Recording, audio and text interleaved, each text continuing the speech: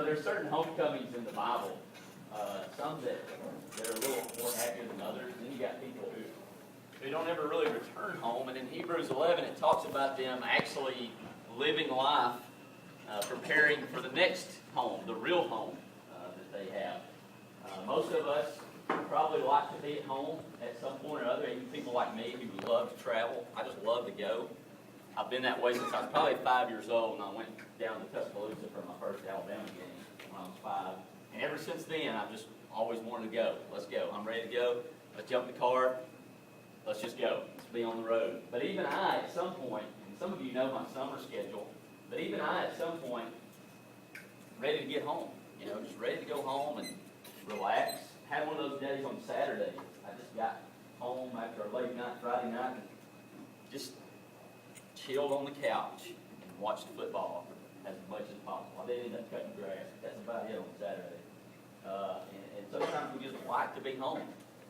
More and more, as I get older, I begin to want to be home more. I tend to think about these people who live to be, 90. Some people live to be 100. Some people live to be in 110. And the more I think about it, I'm just like, man, how do those people do it? Because there are just days, sometimes there are weeks, sometimes there are months, where I just really want to go home. I want to be home, not as in Huntsville Highway, almost close to the state line home. I want to go home. I want to go be with Jesus. Because there are just days where I'm wore out. I just don't want to go anymore. Don't want to get up, don't want to do anything. Homecoming helps, this week. I'm really, really excited. I enjoy homecoming. I like dressing up. I like to see your creative side and see you get fired up and get excited. And we're going to have some good activities today, some fun events, and I hope that you get involved. Okay, you got plenty of opportunities to get involved, but we need to realize as Christians that every day we've got to live with homecoming on our mind. Not, hey, we're going to dress up all week and have homecoming, have a ball game Friday night, have a tailgate afterwards, and all these fun things. I'm talking about going home to be with Jesus. And we need to be excited about that. That's something that needs to be in the forefront of our mind because we're just so excited we can't wait to go. And we live that way. People around us that don't know Jesus can't help themselves but want to know what these crazy people are excited about. How do they get up every day and put a smile on their face? Because we have a home that's not made with human hands. Back in April, we got to see how strong homes made with human hands are. We got to see some buildings around here made with human hands and how quick this world can destroy them. Some of you come from broken homes. You come from backgrounds that help you realize that the only home worth living for really is the one that's not made with human hands. The one made by God. In John chapter 14, Jesus says, I'm going to prepare a place for you. For you. Some of you really like your rooms at home because that may be the only place made for you. But I'm telling you today, that's not the case. That's not the case. You have a Savior who created this world. Nothing was created without Him. That said, I'm going to prepare a place for you. For you.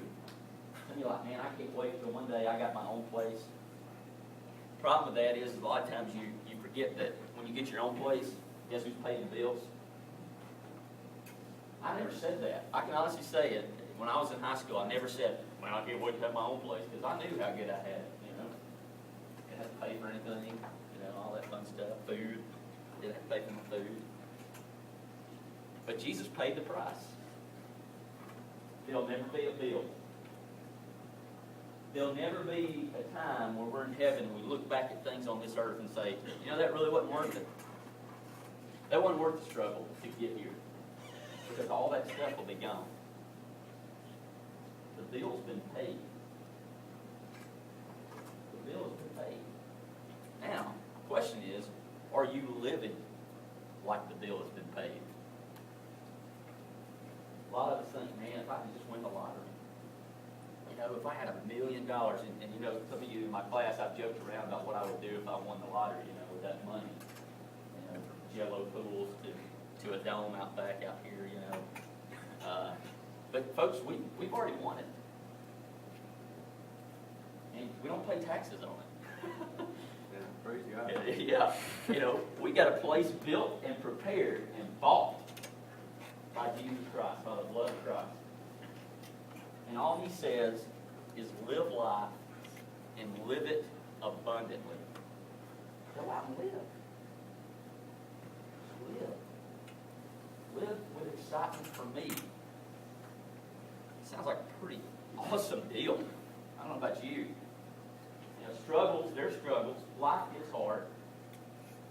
But none of us are, you know, walking through a street almost naked, if not naked, with a big piece of wood on our back, going to die. I have to deal with what people say, criticism. I have to deal with what goes on in life and my own mistakes and things like that. But really, at the end of the day, I can look at it and go, the bill's been paid. And that helps me to be excited. I wonder, man, how can Coach Creasy come in on Tuesday and sing those goofy songs like he's 5 years old? Well, that's why. You know, because if that's the most that's asked of me, now I've got a guy who went to the cross and died an excruciating death. I think I can sing those songs. You know, sing on Friday. Why can Coach do that? You know, why does he put himself out there even though he knows he can't sing a lick? Because if that's the price I have to pay. Not much of a price at all, really. You know? What's going on in your life? What do you trade in? What do you say? You know, that's the line in the sand. I'm not going to cross that. Because we've all got one. But Jesus cries and tells us and wants us to step out of that comfort zone. Because think about what he gave up. Before he even went to the cross, before he was even born, what did he give up? He gave up the very place we all want to go. The very place we all want to go. I don't know that I would do that. In fact, I'll tell you, I wouldn't do that. I wouldn't leave heaven to come back here. But he did, because he loved you that much. He loved you that much.